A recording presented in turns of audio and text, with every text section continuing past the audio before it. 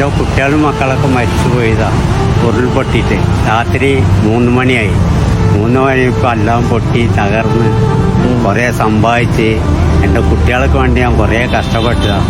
സൗദിയിൽ പോയിട്ട് എയർപോർട്ട് വെയിലുകൊണ്ട്. സൗദിയിലുണ്ടായിരുന്നു? എത്ര കാലം ഉണ്ടായിരുന്നു? അവിടെ 18 കൊല്ലം. എന്നിട്ട് ഇങ്ങനെ മരണപ്പെട്ടു പോയി ഉരുൾപൊട്ടല് രാത്രി കിടന്ന് ഉറങ്ങിയതാ. ഏത് വർഷം? അതിപ്പോ 13-ാം കൊല്ലം ആവുമ്പോൾ. എവിടെയായിരുന്നു സ്ഥലം? അത് മേപ്പാടി സൈഡ്.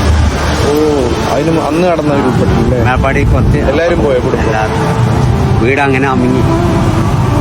ഇപ്പോ ബീച്ചിൽ ഇട്ടപ്പെട്ട് വെച്ച് ജീവിക്കുക, കോഴിക്കോട് പിള്ളേരെ കാണാൻ, കളി ചിരി കുട്ടികളുടെ അതൊരു സന്തോഷത്തിനാണ് ഞാൻ ഇവിടെ വന്ന് കച്ചവടം ചെയ്യുന്നത്, ആടുന്നും പാടുന്നു.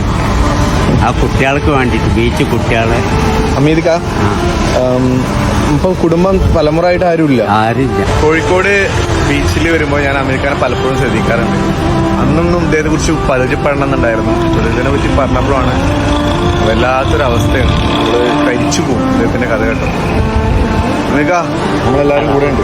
കാണുന്ന എല്ലാരും കൂടെ ഇവിടെ കോഴിക്കോട് ബീച്ച് വരുമ്പോ അമീദിക്കാൻ എല്ലാരും കാണണം. കോഴിക്കോട് ബീച്ച് വലിയ ഇഷ്ടമാണ്. മലപ്പുറം കുട്ടികള് വലിയ കാര്യമാണ്. ഞാൻ എപ്പോഴും ഇരുന്ന് കരയും ഒക്കെ ചെയ്യും. നമ്മളെല്ലാരും കൂടെ ഉണ്ട്. ഓക്കെ.